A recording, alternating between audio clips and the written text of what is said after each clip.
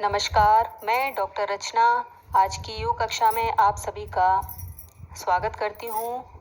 आज हम प्राणायाम का अभ्यास करेंगे। प्राण का अर्थ है ऊर्जा अथवा जीवनी शक्ति तथा आयाम का अर्थ है नियंत्रण या विस्तार।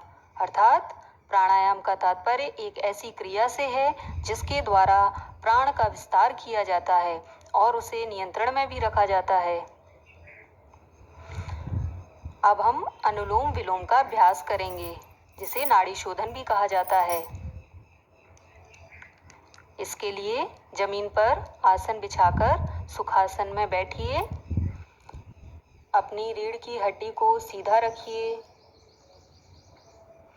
बाएं हाथ से ज्ञान मुद्रा बनाकर उसे बाएं घुटने पर रखिए एवं दाएं हाथ से वायु मुद्रा बनाइए और अंगूठे से अपनी दाईं नासिका छिद्र को बंद करिए और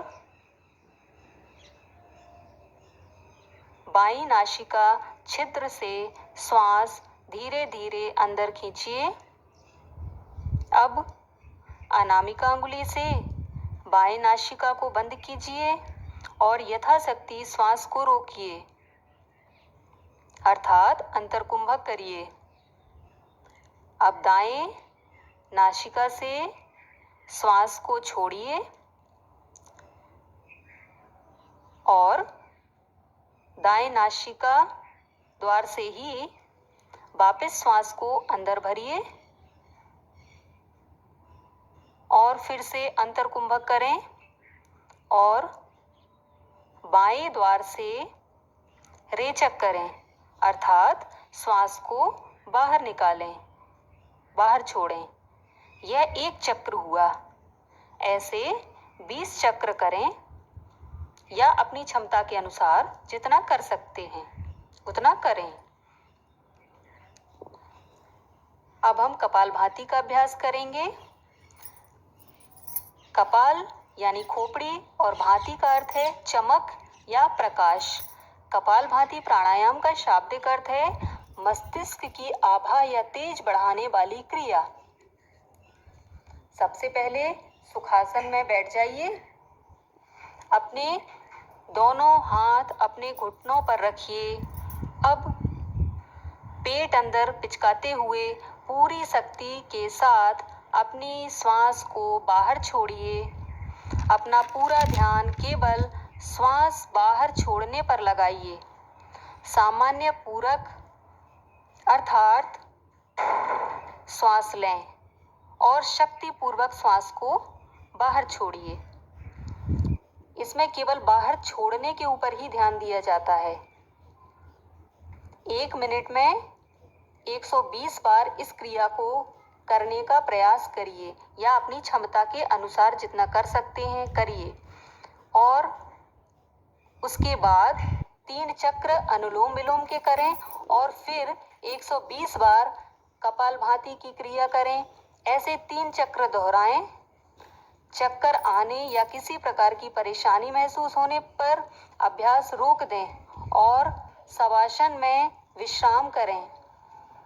अस्थमा या अन्य रोगी इस क्रिया का अभ्यास किसी योग चिकित्सक की उपस्थिति में ही करें। इसका अभ्यास करने से हृदय, फेफड़े एवं मस्तिष्क के रोगों में बहुत ही लाभ मिलता है। मोटापा, मधुमेह, कब्ज एवं अम्ल पित्त के रोग दूर होते हैं। मस्तिष्क एवं मुखमंडल का ओज बढ़ता है। अब हम भ्रामरी प्राणायाम करेंगे। भ्रमर का अर्थ भौरा होता है। इस प्राणायाम में जब रेचक अर्थात श्वास को बाहर निकाला जाता है तब भौरे के समान ध्वनि उत्पन्न होती है, इसलिए इसको भ्रामरी प्राणायाम कहा जाता है। इसे करने के लिए सबसे पहले सुखासन में बैठ जाएं।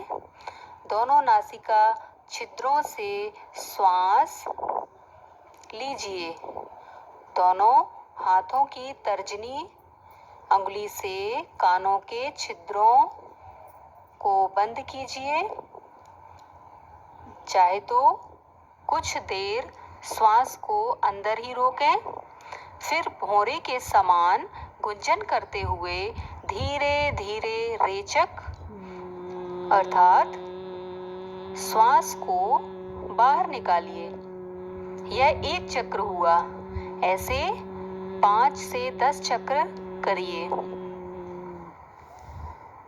यह प्राणायाम वाणी एवं स्वर में मधुरता लाता है। हृदय रोग, पेट के रोग, अनिद्रा रोग, मानसिक रोग दूर होते हैं एवं एकाग्रता बढ़ती है। अब हम करेंगे भस्त्रिका प्राणायाम। भस्त्रिका का अर्थ धोकनी होता है। इस प्राणायाम में श्वास प्रश्वास की गति तीव्र, बलशाली और सशक्त होती है, जिससे लोहार की धोकनी के समान स्वर उत्पन्न होता है। भस्त्रिका प्राणायाम करने के लिए सुखासन में बैठ जाएं, अपने हाथों को घुटने पर रखें एवं पूरी शक्ति के साथ श्वास को अंदर भरें और पूरी शक्ति के साथ बाहर छोड़ें। यह क्रिया 5 से 10 बार यथाशक्ति करें। धन्यवाद। इन सारे प्राणायामों को किसी योग चिकित्सक के सानिध्य में करने से लाभ मिलेगा।